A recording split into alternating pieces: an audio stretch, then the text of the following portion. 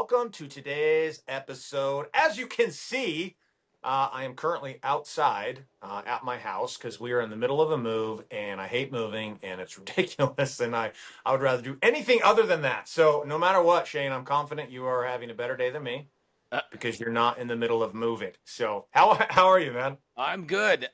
Trevor, I will raise you one up though, because see, you're moving in the middle of the summer, and I moved in the middle of the holidays between Thanksgiving and or Thanksgiving and Christmas last year, and Yeah. so that makes it a little. I think my story is better than yours, is what I'm going to say. So you Okay, just but keep hold on, building up. hold on. We're gonna play the one up game. I'm moving across the ocean. I moved from a really big house back into my other house that was already full.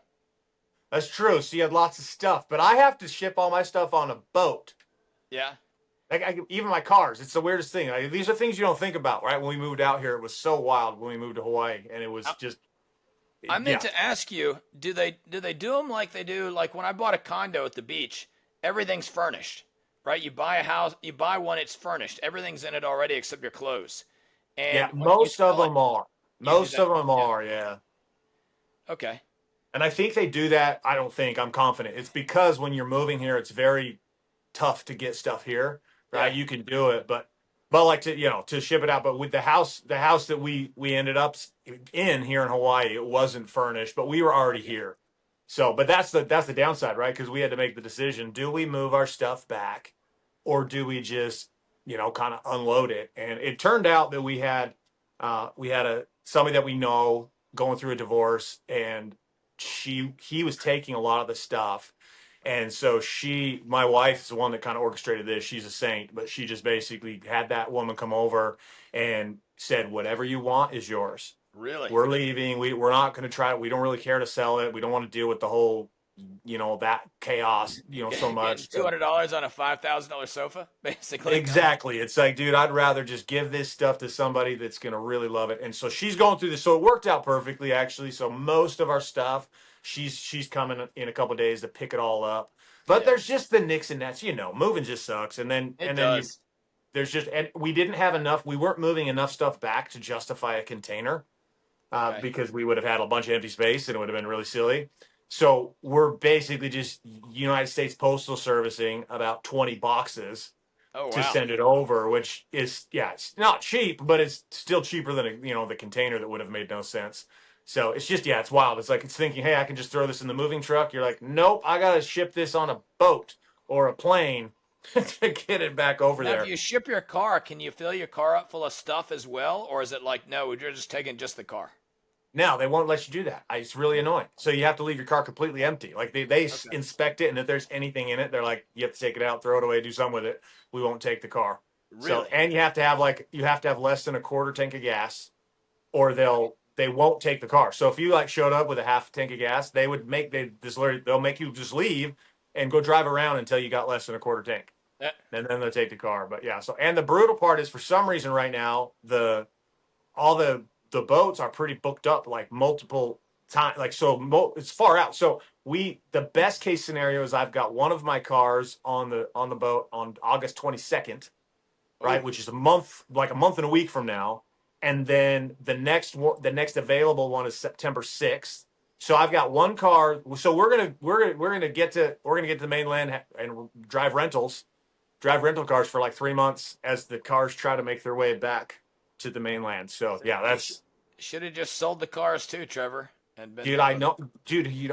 I thought about it. Problem is, we tried to go to the dealers. They won't buy Yeah. our car. They won't buy No. it because of what kind of cars they are. They're like, there's just not a market for these cars here. Oh And I'm wow. like, so this is like the one time that I was punished for having nice cars, Okay. because they're literally like, we won't sell this. Like nobody will buy It'll this. And just sit there for yep, months and months yep. or years and years, huh? Okay. Yeah, because they don't even have a Mercedes dealership on the island. So to get my cars serviced, I have to throw them on a boat to take to Oh, Oahu to get them serviced. So yeah, it's just logistically people don't do it. But I'm like, why would I ever do what everyone always does? yeah. Like Right. that's stupid. Who cares about that? But I want to share just kind of the subject of our call and our conversation today is about overwhelm, right? And what happens because we're in this like pocket, right, of moving, and obviously business is still growing. There's all these things that are going on, And I had this interesting exchange with my wife this morning, and she wakes up. I'm doing my thing. I work from home, and so I'm in my office, and I come out of my office. She's up at her computer, and I could just tell. Like I'm sure you've been that way, Shane. We're like, dude, you know when your wife is just off, Yeah. right? It's like you don't even have to see their face. You're like, it's not something not good. And I kind of heard like a sniffle from her. Like I couldn't tell if she had a like she's like had a cold or, and I'm like she doesn't have a cold. So I'm like, so the woman's over there in the corner crying against her computer, and so I go over to try to soothe her, and she basically just lashes out. Like I became her punching bag for literally no reason. And I'm sitting. I took it for a minute. I'm strong. I'm taking the punches, and then finally I was like, I'm done taking the punches. Right? You are not punching me anymore. And what ended up happening is so wild because we all do this. I do it, so I'm not even necessarily. I'm not throwing my wife under the bus. I could go grab her and have her join the show. She'd tell you the story probably better than me. But we all do this thing, and what had happened is we have all these things that have to happen before we move, right? And and we have to deal with the real estate here, and we got to deal with the realtors, we got the cars, we got the stuff, we got people. There's just a few moving parts, and she's got her own company to run, and so my wife's running her business, and it's doing really well, so she's really busy there, and there's all these things. Is she's spinning the plates. And I'm sitting there, and she just basically blew up, exploded. Right, the weight of it, of the overwhelm, just kind of exploded. And it took about 30 minutes in a conversation with her and I, and to help. I know I was really just trying to help her, but ultimately got to this place where we got a piece of paper out. I wrote down what needed to happen. I wrote down when they needed to happen, and we're moving on this date. And here's all the things, and here's the plan. And it was the craziest thing to watch because as soon as she realized her overwhelmed feeling was not real, like it was manufactured in her mind, and she saw the map and she saw the plan, it was like an instant shift. She Yeah. goes from pure chaos freak out mode to, oh. And then she even made the connection. She's all, I think I'm just thinking back to what it was like when we moved here. And I'll be honest, that move it was a shit show. That was rough. That wasn't good. And so she's like, I'm thinking back to that, and I'm just like was worried and all these things. And she's like, but as we sat there and looked at it, she calmed down. We're laughing and joking, and then she's like ready to go about the rest of her day because she was able to create a map, Right. right? And I think that's the key because that's like a not a business example or anything like that, but that's just an example of what we do No. And and this idea of overwhelm. yeah, and I would say, the biggest thing I run into with overwhelm is actually when I've got associate attorneys and Yeah, maybe you have an associate attorney who leaves or so then those cases are going to another associate, right? And yeah, there's usually a chunk of those cases, right? A large amount influx at once to that attorney and a newer attorney most likely is they feel overwhelmed. Or like for me, when I was smaller and I had one associate and she left and I looked in and if you've heard my story, there were a wall of files, right? Just yeah, 100 files all over the dang place. And we've had it with when we roll out new procedures to a new case manager or something else too. They look up and they're like, there's 100 tasks. And it's that overwhelming sense, what do you do? And like you did, that's what you do. You come up with a plan and chunk it down into bite-sized pieces. And next thing you know, I don't want to say everybody's relieved, but they really are sort of relieved. They're like, oh, there is yeah. a plan. Now I know how to do it. Yeah. It's like, why do you think we do that as humans? Like, what is it about, especially as a business owner, right? A law firm owner, like, what is that? Why do we go to that place? Because it's not natural for us to just take a minute, take a breath, lay it all out, and then bite size chunk it down. What do you think that is? I Any think, idea? I mean, for me, it's like the reason I can do it now and know to do it's experience, right? But when I was in Right. the pocket, when I was at that level, though, it wasn't like, and and I remember, looking at the wall thinking, holy cow, this is terrible. How am I going to Oh, ever dude, I sort can't even imagine. Yeah, I'm sure you sort walked through in and this? it was like, yeah, And I wanted just to throw up. But as you're looking at it, you're like, that's not going to solve anything, right? It's yeah, you, and I think it's just you just see a huge pile of work, and you know that the first step you take is not going to fix anything, right? If you take one away from that 100 files, you still got 99. I mean, you yeah, take 10 away, you still got 90. You got a huge pile. If you make it through step one of the move, you still got a huge number of things. So I think it can feel like overwhelming, like it's never going to end. yeah, And and that's the key is when we take it and we map it out, we show one, it will end. Two, you're shrinking the time. It goes from this unknown time period that's going to last forever to Mm-hmm. some definable time, however long it is.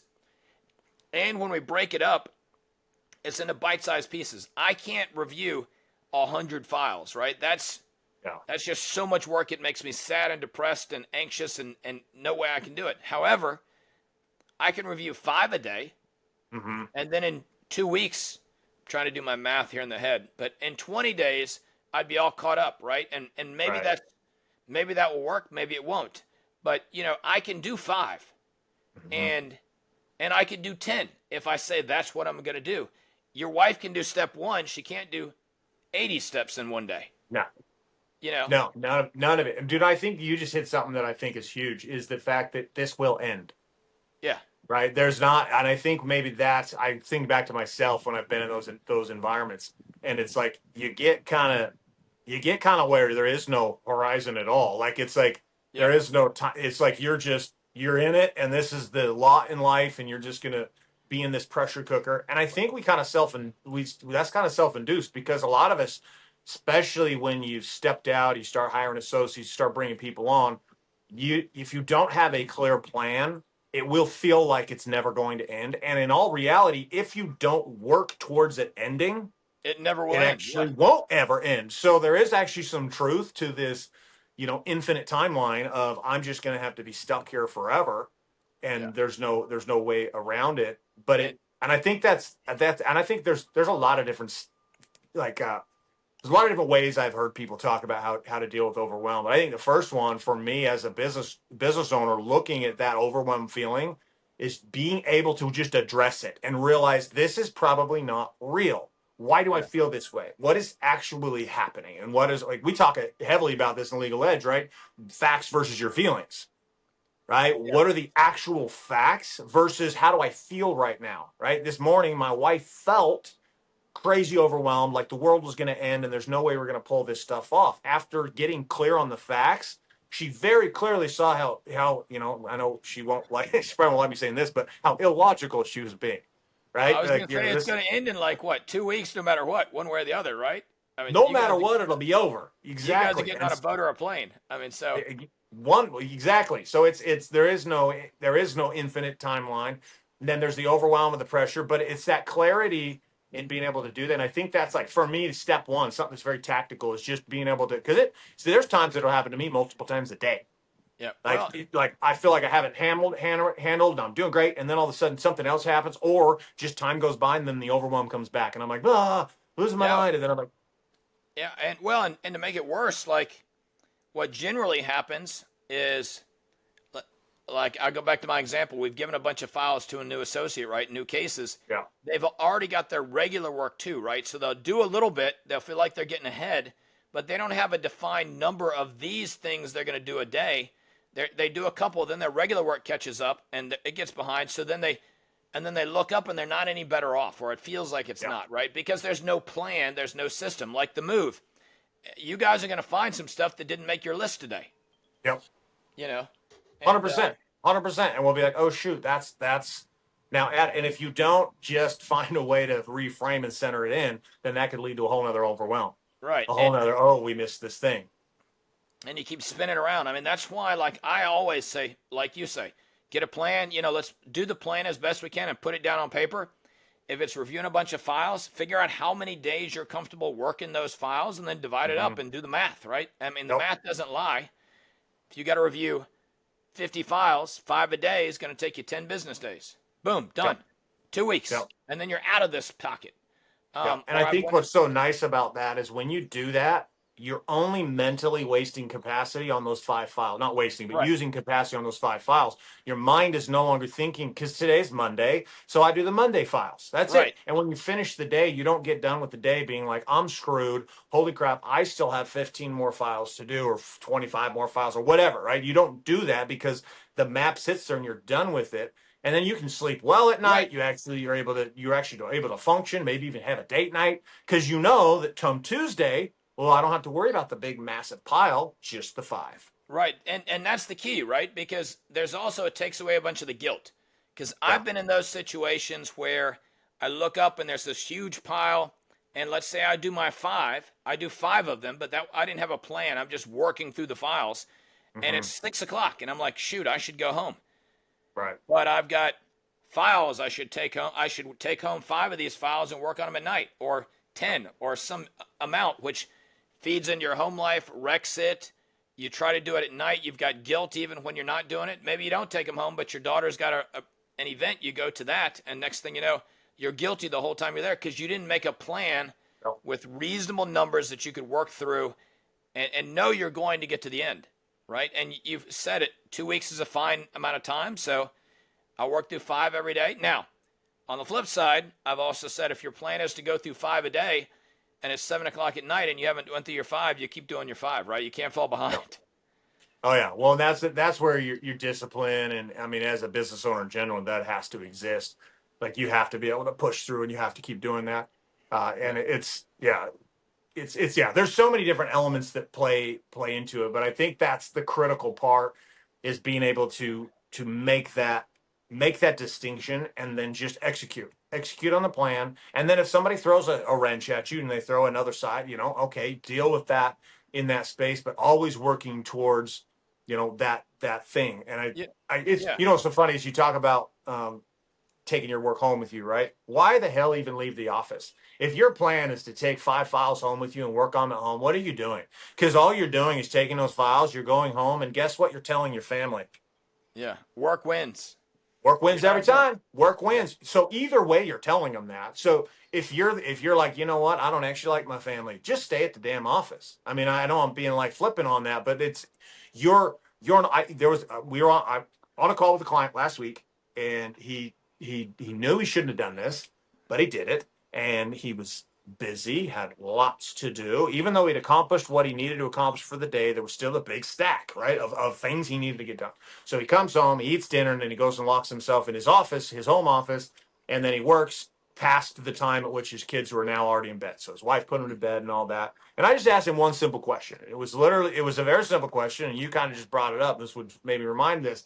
And I just asked him, I'm all, what message did you tell your daughter? His daughter's name is Valerie. She's just an adorable little human being. I'm like, what message did you tell Valerie when you did that last night? And he kind of sat there and he paused and he just like kind of looked off to the side of the camera, and then he looks back at me and he's like, I can't believe I did that. I would never choose work over her. Well, you At just least did. that's Yeah. what I say. Exactly. And he's like, at least that's what I say. And that's the reality. I'm like, dude, there was no, and he's like, I don't know why I did it. I know I could have just done it tomorrow. I wasn't any more effective doing it today. And I think that's something we're all fighting against, right? Because Yeah. we've believed this lie of, in order for you to be productive, you got to burn a candle at both ends. You got to do this, that, and the other. And And that well, that is true if you don't have a plan, I was because gonna that's say the it, and I'm gonna say I know we're gonna get challenged on. Some people are gonna say, well, it tells my kids work is important and that right. daddy cares about them by making money. But I'm gonna flip that and say, my kids, they see me work in the morning, right? They see me get up and do stuff in the morning before they get up. And Yeah, that tells them work is super important, but it also says they're important because they get a text in the morning like, "Hey, what's going on?" yeah. At night, I would go home from work and we would have dinner together, and I would be Mhm. present at dinner, and then I would do stuff. Now they knew when they went to bed at 8:30, 9 o'clock, Dad might go do some work. I was Yeah. probably told my wife she wasn't as important as the kids, but that's different podcast, Right. different Right. podcast episode on that one. But Yeah. Yeah. but they got used to seeing dad work in the morning, and they knew like, man, dad does work hard, right? Yeah. Like dad works super hard. He does stuff in the morning so he can try to do stuff for us at night too while we're sleeping. And I Yeah. think that Well, dude, reinforced all of that. oh yeah, well, dude, that story about, well, my kids see me working hard at night and missing, and not being, they don't hear. That's a justification, 100%. I'll argue with somebody that to the end of the earth. You are justifying the fact that you are being an absentee parent to your children when you do that. That's okay. It's not you're a terrible person. I did it. I did it for years. It led to my divorce. It led so I'm very aware of what that road is, but I know I was lying to myself the whole time, because what they're hearing, and in that same vein, is work is not just important, work is more important than me. Well, That's exactly what your yeah, kid hears. and I think if that's your life, you're making a law firm your kids would not want to come be a part of. Yeah. And that's the key for me. I've watched it happen to multiple friends of mine. They built a successful business, making, four, five, $600,000 profit, right? Or more. Yep. And their kids are like, no, I don't want that life. You were never here. You worked all the time. You never had any weekends off. We can never even take a real vacation. I don't want that life for myself. And Yep. that to me that's the failure. That's the, Yep. that's one of the reasons why I do this. I mean, I've talked to you about it before. It bothers me so much when kids, and it's one thing if your kid doesn't want to be a lawyer. Okay, that's, okay, fine. Right. Some kids don't. But if they're looking at it and saying, I would never want that life, holy cow, that's terrible. I Yep. mean, that means you screwed up. I mean, and I'll just tell that Yep. to your face. I mean, if your kids wouldn't be Yep. whatever your business is, if your kids look at you and go, nah, I wouldn't want to do that, Dad, because Yep. I've seen what it did to you, then you screwed up somewhere. Yep. Uh, Well, a hundred. it's interesting you saying that. There's this part of me that's like kind of wrestling with that right now because my son, he's 22, and it's interesting. So we got divorced. I got divorced from his mom years ago, 15, 16, 17 years ago, something like that. So he was little when we got divorced. But she's pretty much been below the poverty line since we got divorced. Like she's married and got divorced again. And she's just, I still care about her. My heart breaks for her. That's just the path she's gone. And then I've gone on a different path, right? Yeah, So we've had some financial success. We've had money. We can kind of live through the finer things of life. And so my son said this to me about 6 months ago or so, and he's like, I see the result of my mom, and I don't want that. And this hurt, bro, because and then I see your results, and I don't want that either. So it was hard. I'm like, okay. and I had to get some clarification because I'm like, what do you mean? And what it was to what you're talking about. But it wasn't, fortunately, he wasn't saying that I wasn't there for him. What he said, he's like, I've watched how hard you work, and I'm just not willing to work that hard. He's like, I'm just not willing to do that much work. So I'm going to kind of line up. And he was literally his words, well, I want to kind of be somewhere in the middle. He's like, I Yeah, take all that I know about working hard from you, but I'm just not willing to pay that kind of price that I watched you pay. yeah, And then he doesn't want the other side where you can't even pay for anything, and on state assistance and all that kind of stuff. So it was interesting though. I'm still kind of reconciling. I'm still trying to yeah, figure that out because for me it's right in line with what you said. Like you in essence called me out just now without knowing it, yeah, right? It's literally true because I'm like, what is it about? And I've looked back and there were some years, some pockets where I sacrificed my relationship with my family even after I already knew better, but I yeah. did it because it was always, well, I'm going to do it just for this little minute, this window. Oh, Once I I've done get that. this handled, then I can take, which is the greatest. Fortunately, I saw that was a lie that I was kind of falling back into again and realizing that. And all of it, dude, it all can spawn full circle from this feeling of overwhelm in many different ways. And it's just that lack of clarity of really knowing what it is that you're going after. It's why we do a particular event, every month that is designed to take attorneys and get you very, very clear about what is the plan, what's the map. And as soon as that is in place, now it's just a matter of execute, Yeah, right? I was gonna Execute, say, go do your thing. yeah, because the key part in your plan is to get some early wins too, right? Like, Yeah. when I'm talking about folks that are overwhelmed, and even me personally, I've been in spots where I'm like, dude, I have so much work, and you get overwhelmed. I'm like, all right, what's the easiest thing on my to-do list, right? What can I knock out Right. in this hour and make some headway, right? And I pick the easiest thing for me. It's like it used to be reviewing accident reports. I look at all my stuff and I'm like, I got to review these for liability decisions. I can do that pretty quick and hammer through 5 of these, then they're done. Boom. Right. Then I go to the next one. But when you're building your plan, get some momentum going. Right? Don't pick some people might disagree with me and say do the hardest thing first. I think when you're overwhelmed, you need some easy wins. Yeah. And you need to build up and knock some stuff out and get things moving and then tackle some hard stuff. Don't leave them all to the end, Mm-hmm. but don't start with the hardest first. I mean, let's get some wins. Yeah, I completely agree with you. And I think that statement, right, start with the hard first, is true sometimes. Yeah. Just sometimes, right? Not all the time. It's not a hard, fast rule in a law because in that overwhelmed state, if you don't do exactly what you just said, all that will do is lend to your overwhelm because Yeah. you just have this list of 700 things you got to get done and you spend all day on this one thing. On one thing. And then your list, and maybe you don't even get it done in the day. So then you get done with the day and you're like, I did nothing today. Yeah. Literally absolutely nothing. As opposed to the flip side, to where feeling the victory, like there's a process that I do every single night, and I love it. I do it, and I'll do it religiously because it solves this every day for me. But I got a journal sits right beside my bed, and I grab the journal, and this is something I train all my guys to do because this is so key. But I have this journal, and right before I go to bed, I just document the wins. What Yeah. were the wins of the day? Right. And it's not, I don't just start there. Usually it started in the morning, but because then that next morning I wake up and I look at, okay, well, those are my wins yesterday. So I look, again, I get to see that. I feel victorious. I have these wins. And then I figure out what are my wins going to be today? What's the map today based upon all the work that I've done? I figure that out and then I go to work.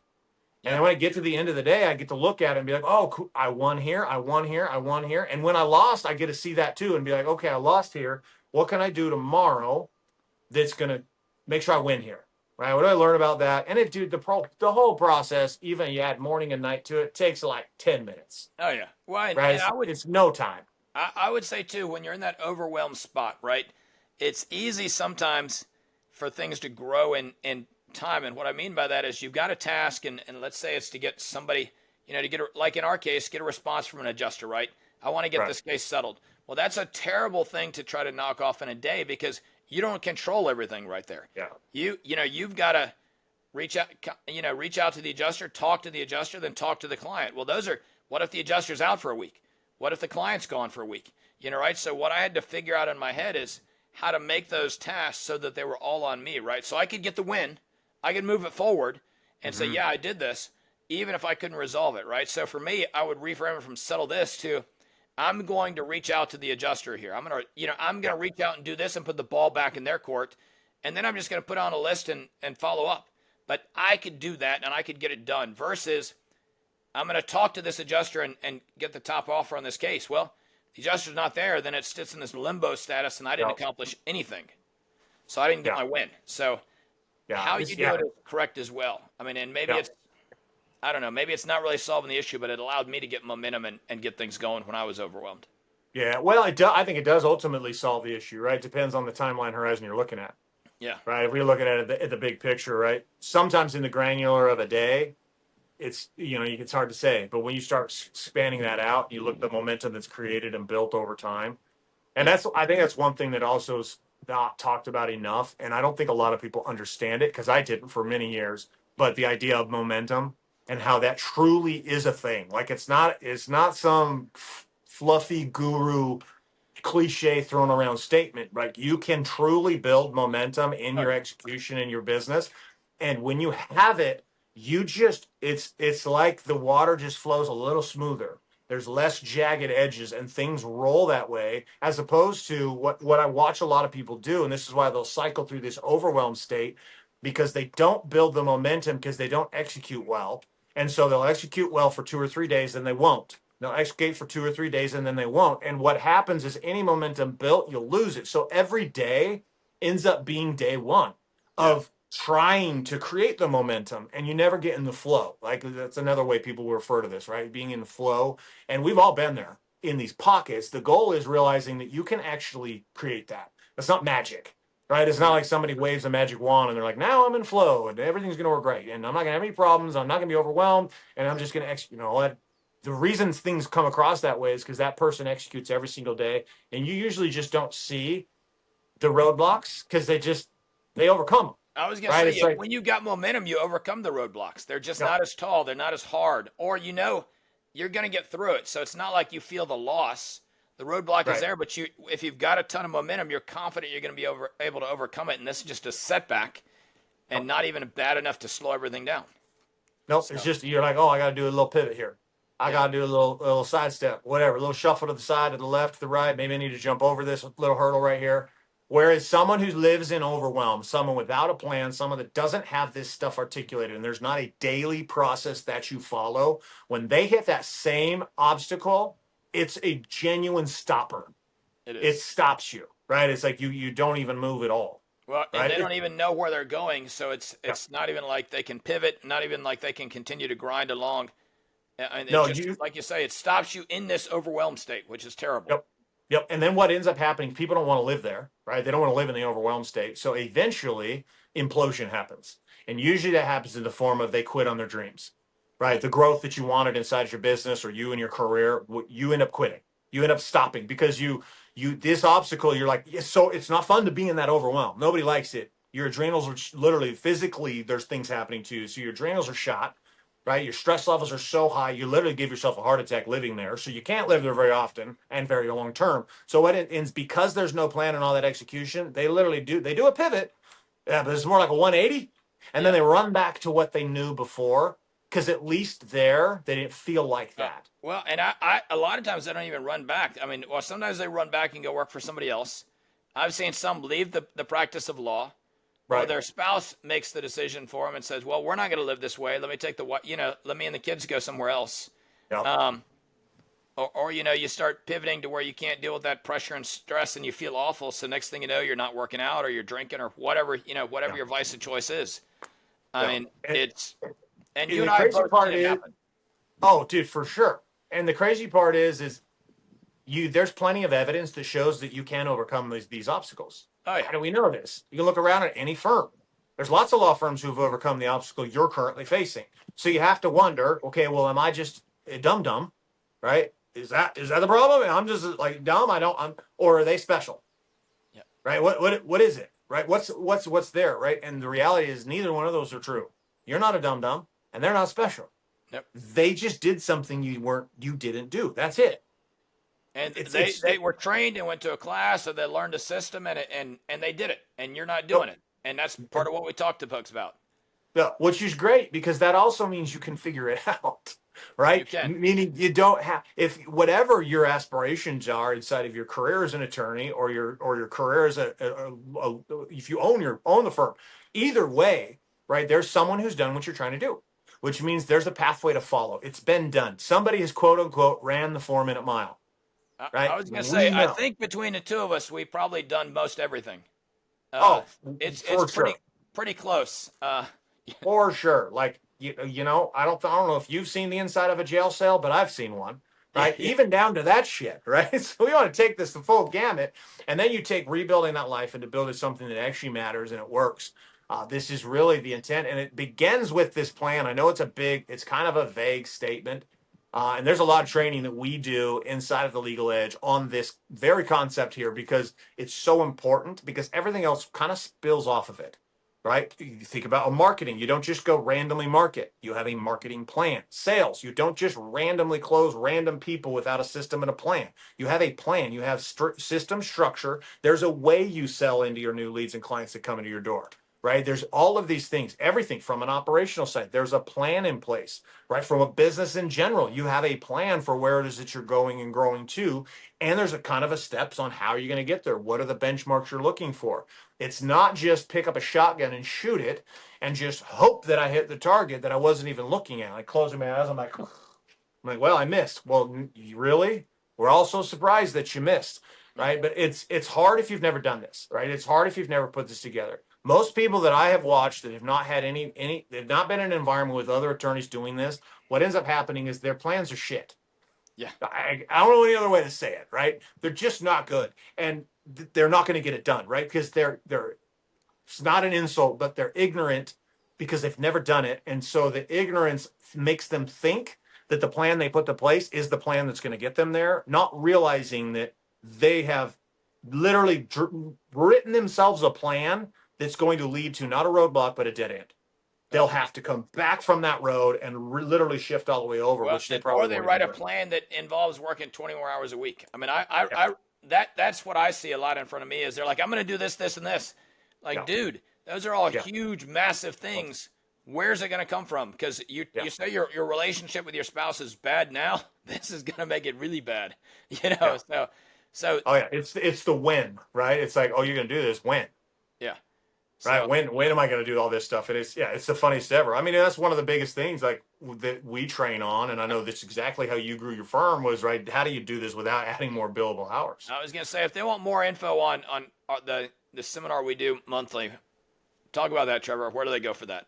Yeah, you're gonna head over to legaledgecoaching.com/go. And you can get content. All the information is going to be right there. We also have an ebook that's out right now that kind of dives into some basic principles that need to exist.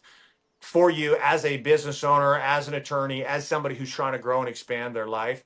But like I said, we do the event typically every month, where attorneys just like you come together and we train you on how to do this, how to create this, and then map out the next quarter so that you can go execute on the plan. We kind of walk you through the process. It's stuff that Shane and I have done for years, right? Shane, it's how your firm is where it is today, right? I was 20 gonna plus say, I think million. I've done it. I mean, almost religiously for at least the last 6, 7, maybe 8 years. It's been a long time. I mean, I'd have to Yeah. go back and dig up my first one, but I've been doing it a long time. Oh yeah, yeah. It's a proven process that works, and so this is somewhere to get it.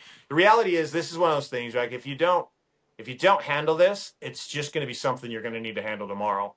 So you can Right. handle it today, or you can handle it tomorrow or next year. Right? There is no magical timeline at which this just fixes itself. Right? It fixes itself if you do it. Right? You get yourself into it and get it fixed. So head over to legaledgecoaching.com/go and it'll get you all the info. The link is down here inside of YouTube if you're watching it here, or it's also in the comment or the info section inside of whatever audio device you're listening to this at. But we'd love to give you some of our free training and some content that's going to really help you to be able to take the next step. We're very confident it'll work for you. So head over there. Other than that, if you got value from today's show, go ahead and share this show up with a friend, a colleague, somebody who you know maybe they're suffering from the overwhelm, or maybe they just need a better plan and there's a way to do it, and this might help them get there. So appreciate you guys being listeners of today's show. Any final thoughts, Shane? I don't think so. I mean, the main thing is you got to start moving forward, and if you don't solve it, the universe will solve it for you, but it's usually not the way you want it. Yep. Almost always it's not the way you want it. So yeah, love it. All right. Appreciate you guys. Have a fantastic rest of your day. We're out here.